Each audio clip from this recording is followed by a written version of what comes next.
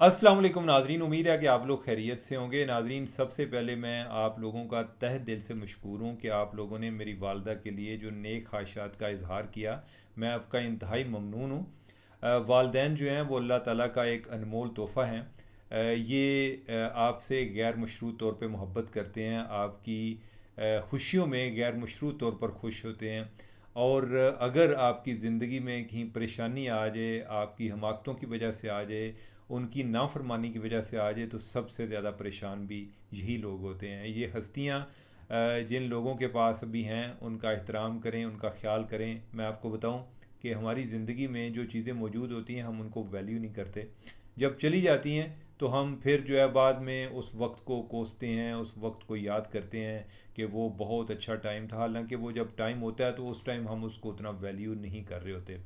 तो इन हस्तियों का ख्याल रखें। बाकी यह है कि जो जिनके वालिदैन इस दुनिया से चले गए हैं उनके उनके लिए भी अल्लाह ताला से यही दरख्वास्त है कि उनके साथ वही अच्छे सलूक का मामला करे जिस तरह उन्होंने अपनी औलाद के साथ जो प्यार के साथ जो उनको पाला पोसा, उनको बड़ा किया, जिस तरह उन्होंने अपनी औलाद के साथ सलूक किया उसी तरह का उनके साथ करे।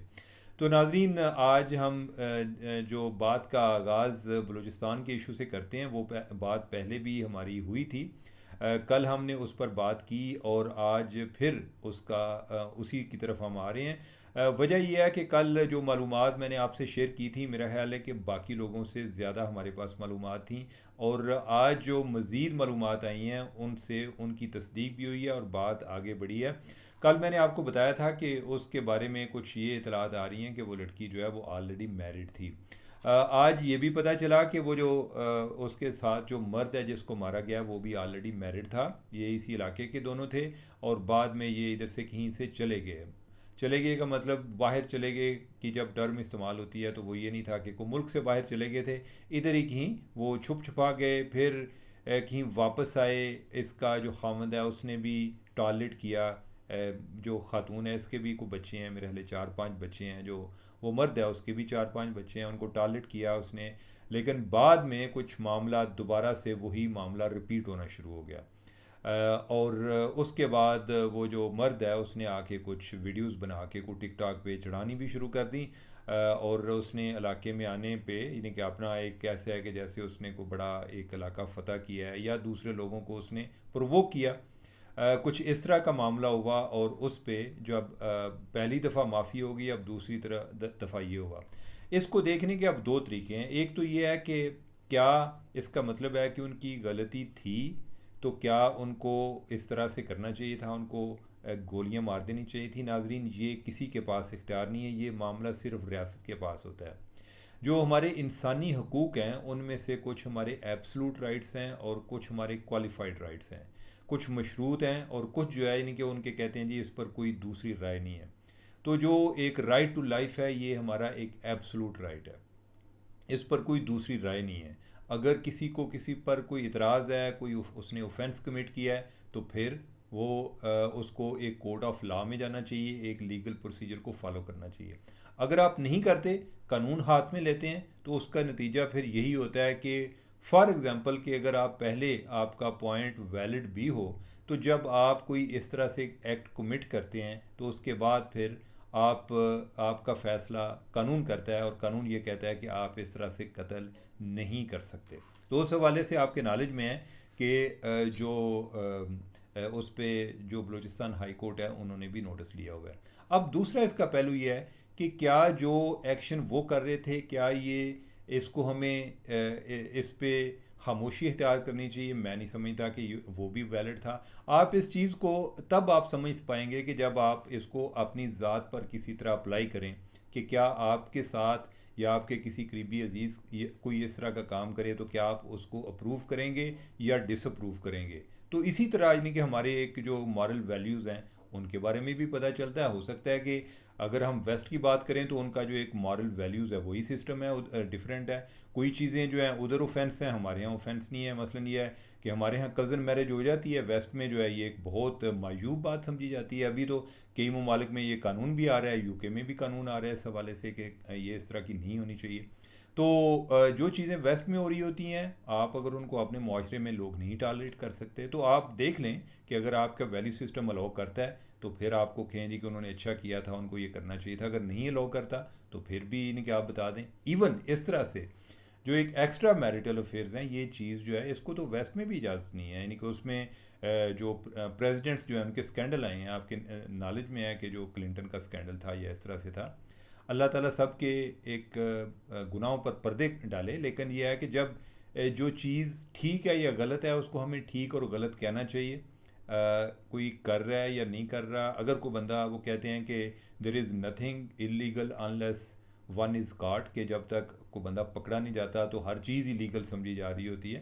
तो एनीवे ये है कि वो कोई एक, वो भी एक मुस्तहसन फेल नहीं था। बाकी उसके नतीजे में इन्होंने जो इंतहाई स्टेप उठाया ये भी नहीं था, इनको कोर्ट में जाना चाहिए था, या जो इसका प्रोसीजर था, या फिर ये है कि इनको भी ये है कि वो उधर से डाइवोर्स हो जाती या आपस में शादी कर लेते, कोई इस तरह का मामला कर लेना चाहिए था, उसको सारे जो इस रिलेशन को अपने को लीगलाइज कर लेते। ओवरऑल ये है कि that is a sad episode. ये इस लिहाज से भी सैड है कि कई लोगों के बड़े जेन्युइन होते हैं कि कोई अगर कोई अपनी पसंद से शादी करता है तो उनको भी लोग ये गैरत के नाम पर कत्ल कर देते हैं, और फिर वो एग्जांपल्स इस तरह की बारों करते हैं। तो ये कोई एक कोई it's on A sad note, it's on a bad note, ये कोई अच्छा कोई ओवरऑल वाक़या इसने कोई अच्छे असरात नहीं छोड़े। लोगों की राय जो है वो भी इसी तरह बदलती रही जो जो उनके पास इंफॉर्मेशन आई। और नाजरीन, मैं आपको बताऊं कि मैं एज अ जर्नलिस्ट अक्सर नोट किया है कि हमारे पास जो इन्फॉर्मेशन आती है पूरी नहीं आ रही होती है, और जब एक साइड सुनते हैं तो हमारी राय कुछ बनती है, we are driven by the information. जब कोई एक और बात सुनते हैं, कोई उसी का एक दूसरा पहलू समझते हैं तो उससे सुनते हैं तो उसके बारे में राय चेंज होती है। जो कई वाक़यात हैं ऐसे पाकिस्तान की हिस्ट्री में कि जिसमें बात का आगाज़ किसी और जगह से हुआ, बात ख़त्म किसी और साइड पे हुई, उसको रंग कोई और दिया गया। मसलन मैं आपको एक वाक़या सुना भी देता हूँ कि ये जो जड़ा वाला इंसिडेंट है, ये जो चर्च जलाए गए थे, तो कितना बड़ा इशू बना। बज़ाहिर जो है वो लग रहा था कि माइनॉरिटीज़ को टारगेट किया गया है, था भी, यानी कि माइनॉरिटीज़ टारगेट भी हुई, लेकिन इसकी बैकग्राउंड क्या थी, उसमें भी कुछ इसी तरह का कोई मामला था, कोई अफेयर वाला मामला था।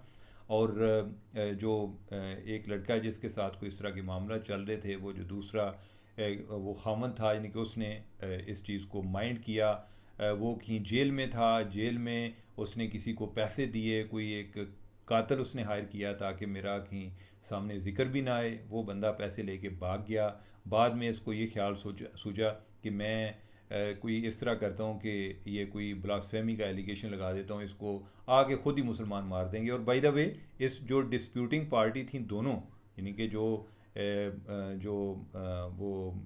जो अफेयर करने वाला था उसमें इन्वॉल्व था, या जो दूसरी साइड थी खातून वाली साइड या उसका मर्द, ये सारे क्रिश्चियन थे। तो बाद में यानी कि उसने जो कोई तौहीन अमेज़ एक्ट जो इन लड़कों से मंसूब किया गया, वो इन्होंने किया नहीं था, वो उसको गुस्सा किसी उस दूसरे मामले पर था। और जो मैं आपको भी बात बता रहा हूँ, मैं आपको वो बात बता रहा हूँ कि जो फाइनली उस केस में इस्टेब्लिश हुई है।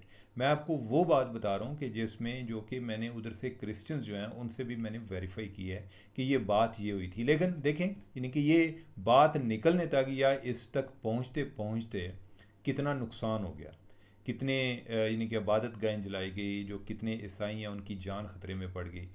पीछे जो है ये इस तरह का मामला निकला।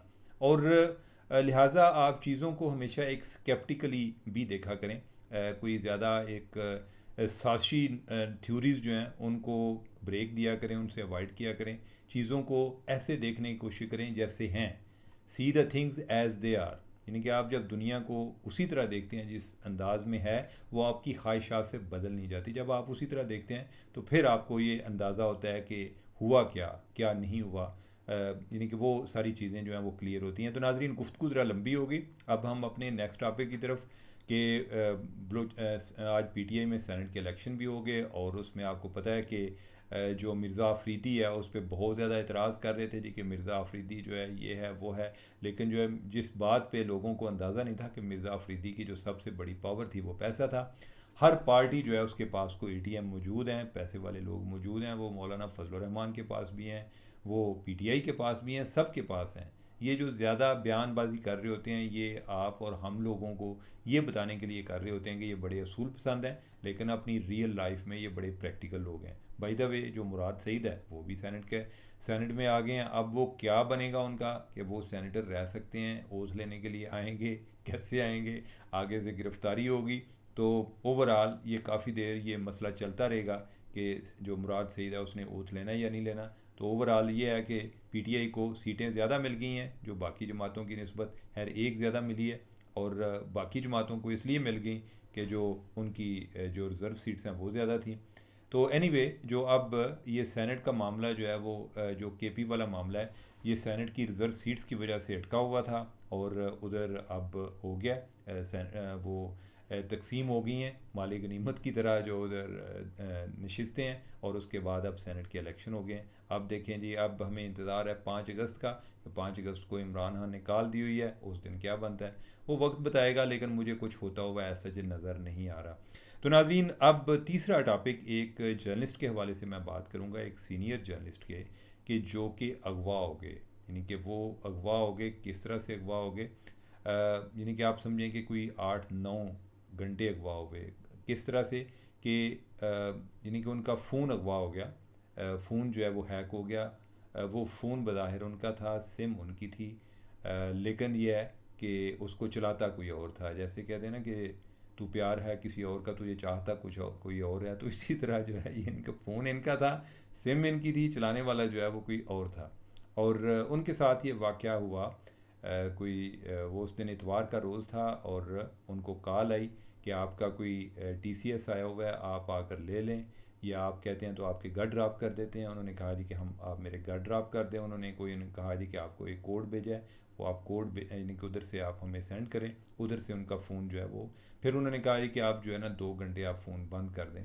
फ़ोन तो उन्होंने मेरे ख्याल शायद बंद नहीं किया, लेकिन यह है कि जो उसने काम दिखाना था कोड ने, वो अपना काम दिखा चुका था, उनका फ़ोन हैक हो गया।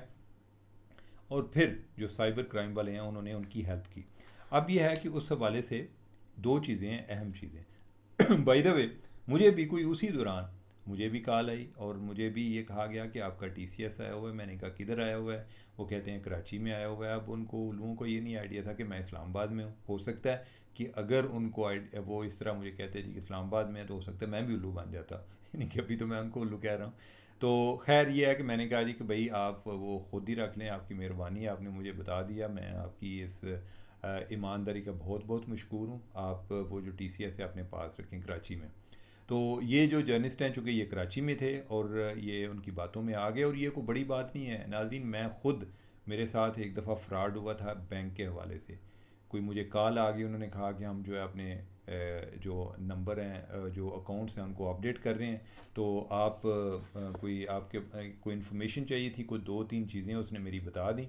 तो आई थाट कि शायद वाकई उधर से ही कॉल है, बैंक से कॉल है। और फिर जो हुआ मेरे साथ वो बताने वाला नहीं है। ये है कि जितने पैसे वो निकालने में कामयाब हुए, उसमें से कोई आधे जो हैं वो बैंक वाले, जिस तरह कहते हैं कि भागते चोर की लंगोटी सी, आधे बैंक वो मेरे को बचाने में कामयाब हो गए। इस तरह से कि वो जिन बैंक्स में गए उधर उन्होंने उधर ही फ्रीज़ करा दिया, बाकी जगहों पे वो निकालने में कामयाब हो गए। होता ही है कि जब आमतौर पे वो फ्रॉड करते हैं तो ऑलरेडी जिस बैंक में वो पैसे ट्रांसफ़र करते हैं उधर बंदा मौजूद होता है जो निकाल लेता है। अब आपके ज़हन में ये सवाल होगा जी कि जब उनके पास बैंक के पास अकाउंट है और इन फ्रॉडियों का, तो उनका तो आपको सबको आइडिया होता है। तो इसमें कुछ यानी कि वो बड़ी इसमें भी लेयरिंग करते हैं कि कोई किसी और के नाम पे किसी का अकाउंट बना लिया जिसको पता ही नहीं है, उससे कुछ शनाख्ती कार्ड इस्तेमाल कर लिया। खैर ये है कि आप लोग इसके बारे में चौकन्ना रहें। ये जो इंटरनेट की एज है, जूं जूं हमारी ट्रांजैक्शन हर चीज़ इंटरनेट पर जा रही है, तो हम उतने जो एक हैकर्स हैं उनके एक के हवाले से वल्नरेबल हैं। अब जो मैं जिनकी बात बता रहा था आपको, वो उनका नाम मुझे दरमियान में बताना याद नहीं रहा। मज़हर अब्बास साहब सीनियर जर्नलिस्ट हैं, और उनके साथ ये रिसेंटली वाक़या हुआ कि उनका जो फ़ोन है वो हैक हो गया। आपसे बात करने का मकसद ये है कि आप भी अलर्ट रहें। कोई गैर ज़रूरी और जो एक अनोनिमस कॉल्स हैं उनको अवॉइड करें। हर जगह पर लोग आपको बेवकूफ़ बनाने के लिए तैयार बैठे हुए हैं, तो लिहाजा आप उनकी साजिशें नाकाम करें और अपने आप को बचाएं, अपनी इज़्ज़त को बचाएं और अपने पैसे को बचाएं। तो नाज़रीन, इसके साथ मुझे दें इजाज़त। अल्लाह हाफिज़।